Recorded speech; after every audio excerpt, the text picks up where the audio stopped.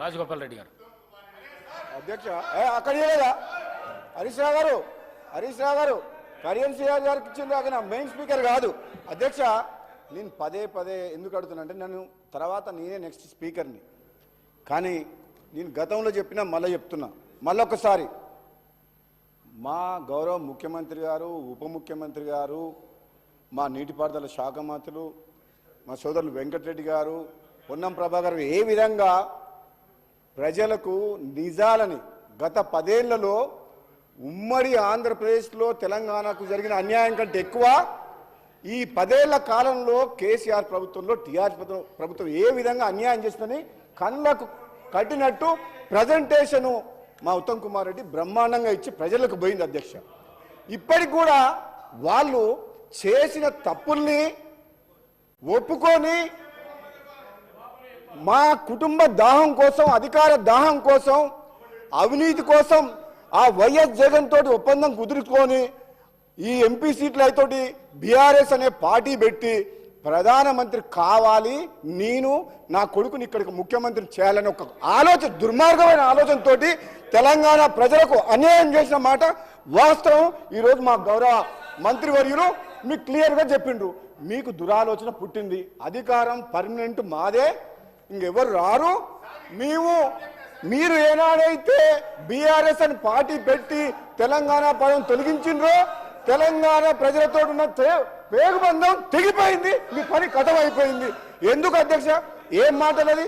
నోటికి వచ్చినట్టు అబద్ధాలు ఆడుతున్నారు. నల్లగొండ జిల్లా గురించి పోరు సభ చేస్తారని వస్తున్నాడు. నల్లగొండ జిల్లాకు పోరు సభని ఈరోజు సభ పెట్టిండ్రు. అయితే మా మాజీ మంత్రి జగదీశ్వర్ రెడ్డి గారు ఈరోజు సభకు వచ్చిండ్రు అధ్యక్ష. సభకు వచ్చి ఆయన సభకు జనాలను సమీకరిస్తేందుకు ఊరూరు పోయి బతులాడుతున్న జనాలు రమ్మని. అరే నల్లగొండ జిల్లా ప్రజలు చంప చెల్లుమనేటట్టు మీకు సమాధానం చెప్పిండు. ఏమని చెప్పిండు? 11 అసెంబ్లీ స్థానాలను కాంగ్రెస్ పార్టీ అభ్యర్థులను గెలిపించి 12వ స్థానం కూడా సూర్యాపేట కూడా నైతిక విజయం మాదే. ఈ నల్లగొండ జిల్లా ప్రజలకు గత 10 ఏళ్ల కాలంలో మీ స్వార్థం కోసం అని చెప్పేసి కాంట్రాక్టులు కానీ కృష్ణా నీటి మీద ఆధారపడిన నల్లగొండ జిల్లాని అన్యాయం చేసినందుకు నల్లగొండ జిల్లా ప్రజలు మన తీర్పు ఇచ్చిండ్రు. వారందరూ బాధతో సమయంలో కాంగ్రెస్ పార్టీ ప్రభుత్వం వచ్చిన తర్వాత ఈరోజు తెలంగాణకు అన్యాయం ఏ విధంగా చేసిందని చెప్పి అన్ని ప్రజలకు చెప్తుంటే జీర్ణించుకోలేక ఈ హరీష్ రావు గారు అధ్యక్ష ఇంకొక మాట చెప్తా హరీష్ రావు గారి గురించి మళ్ళీ చెప్తా. మొన్న సభలో కూడా చెప్పిన, మళ్ళీ చెప్తున్నా, ఈయనకు మేనమామ సాలు వచ్చింది అంటే కేసీఆర్ గారికి జుట్లకెళ్ళి వెళ్ళిండు, అబద్ధాలు అడుట్లా జుట్లకెళ్ళి వెళ్ళిండు, మామని మించిన అల్లుడు నిజాల్ని అబద్ధాలు చేస్తుట్లా ప్రతి మాట అబద్ధమే అధ్యక్ష. 10 ఏళ్ల పాటు ప్రాజెక్టుల పేరు మీద, రీడిజైన్ పేరు మీద కాంట్రాక్టులు వాళ్ళు ఇష్టం వచ్చి 1,00,000 కోట్ల అప్పులు చేసిన చరిత్ర వాళ్ళది. ఈరోజు తెలంగాణ ప్రజలందరూ ఏమనుకున్నారు? వీళ్ళు ఏమన్నారు? వీళ్ళు కళలో సాకారం చేసినారు. ఏం సాకారం చేయలే? తాగుబోతుల తెలంగాణ చేసి రూపాయల షాపులు పెట్టి రాష్ట్రాన్ని అప్పుల పాలు చేసి 7,00,000 కోట్లు అప్పులమయం చేసిండ్రు. ఏం మాట్లాడుతున్నారు మీరు? ఏం మాట్లాడుతున్నారు? తెలంగాణ ఇచ్చింది కాంగ్రెస్ పార్టీ, తెలంగాణ ఇచ్చింది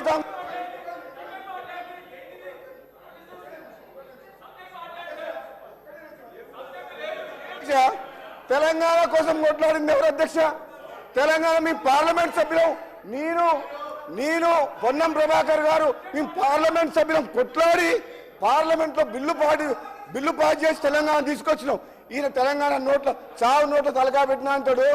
100 మంది 1000 మంది చనిపోయింది, కానీ కేసీఆర్ కుటుంబంలో ఎవరికైనా కాలికి దెబ్బన రాకిందా? ఇట్లా గీత పడ్డదా? కానీ అమాయకులను పొట్టలు పెట్టుకున్న చరిత్ర వీళ్ళది. అమాయకులను పొట్టలు పెట్టుకున్న చరిత్ర వీళ్ళది. తెలంగాణ తెచ్చింది మేము, కాంగ్రెస్ పార్టీ ఎంపీలము, తెలంగాణ ఇచ్చింది కాంగ్రెస్ పార్టీ అధ్యక్ష. మినిస్టర్ గారు ప్లీజ్. నేను గౌరవ స్పీకర్ గారిని కోరుతా ఉన్నాను అధ్యక్ష. ప్రధానంగా మన రాష్ట్రానికి సంబంధించిన ఒక ప్రధానమైన అంశం, మూడు ప్రధానమైన అంశాలపైన వారు మాతోనే ఏకీభవిస్తా ఉన్నారా లేదా అని ఇప్పుడే డిప్యూటీ చీఫ్ మినిస్టర్ గారు అడగడం జరిగింది అధ్యక్ష.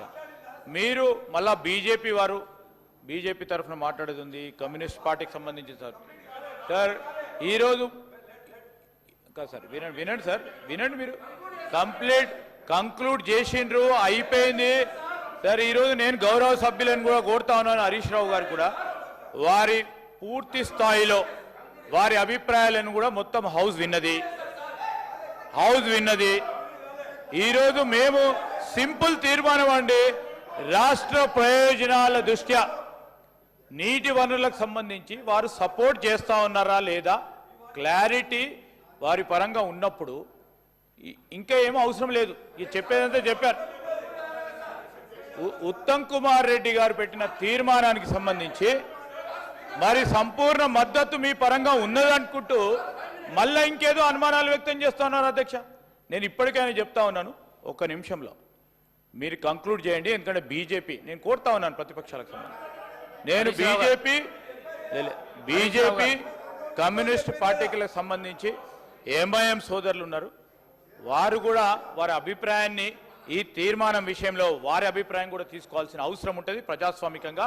ఇది ప్రజాస్వామికమైన ప్రభుత్వం అధ్యక్ష, అందుకోసమే మేము వారిని కోరుతా ఉన్నాము కంక్లూడ్ చేయమని.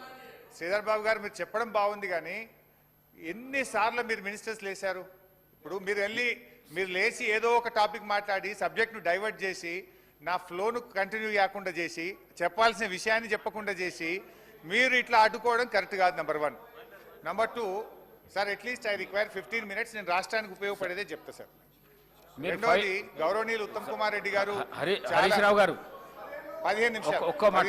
ఒక్క విషయం, ఎన్నిసార్లు మంత్రులు డిస్టర్బ్ చేసినా కూడా మీకు 45 నిమిషాల టైం ఉన్నది మీకు 45 నిమిషాలే, కానీ గంటన్నర మీరు మాట్లాడిండ్రు. ఎక్కడ సార్? గంటన్నర మీరు మాట్లాడిండ్రు, 5 నిమిషాల్లో కన్క్లూడ్ చేయండి ప్లీజ్. వాళ్ళు అడిగిన అధికార పక్షం వాళ్ళు అడిగిన అలొకేషన్ చేయండి సార్. ఏ పార్టీకి ఎంత ఇస్తారో అలొకేషన్ చేయండి. ఉన్నది నా దగ్గర ఉన్నది. ఎక్కడ సార్? 39 మంది ఉన్న పార్టీకి ఇదా సార్ 45 నిమిషాలు ఉంటుందా సార్? బయటనేమో హరీష్ రావు గారు తీసుకో, హరీష్ రావు గారు తీసుకో. రాజగోపాల్ రెడ్డి గారు ప్లీజ్, రాజగోపాల్ రెడ్డి,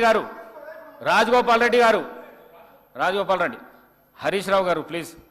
1 గంట సభ నడుస్తే కాంగ్రెస్కు 32 నిమిషాలు వాళ్లకు సమయం కేటాయించబడుతుంది, మీకు 20 నిమిషాలు సమయం కేటాయించబడుతుంది. 2 గంటలు నడిస్తే 64 నిమిషాలు అధికార పక్షానికి కేటాయించవలసి వస్తుంది, మీకు 39 నిమిషాలు. కానీ ఇప్పుడు నడిచిన 3 గంటలల్లా 1.5 hour మీరే మాట్లాడింది. వాళ్ళ మంత్రుల సమయం తీయంగా ఇప్పుడు 5 నిమిషాలల్లా కన్క్లూడ్ చేయండి ప్లీజ్. 5 నిమిషాలల్లా. దయచేసి అధికార పక్షం అడిగిన 3 రెజల్యూషన్స్ కు మీరు సమ్మతమా కాదా అది చెప్పండి.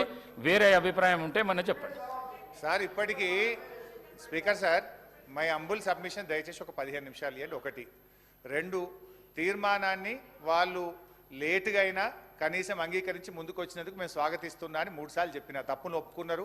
2 మీటింగ్లలో వాళ్ళు ఆడ బోర్డుకి అప్పచెప్తామని ఒప్పుకొని ఇప్పుడు నల్లగొండ సభ దెబ్బకి ఇవాళ పెట్టినందుకు చాలా సంతోషం, దాన్ని స్వాగతిస్తాం.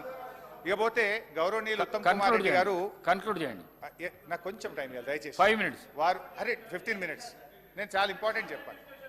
1, ఉత్తమ్ కుమార్ రెడ్డి గారు చాలా సీనియర్ సభ్యులు, గతంలో కూడా మంత్రిగా పనిచేశారు.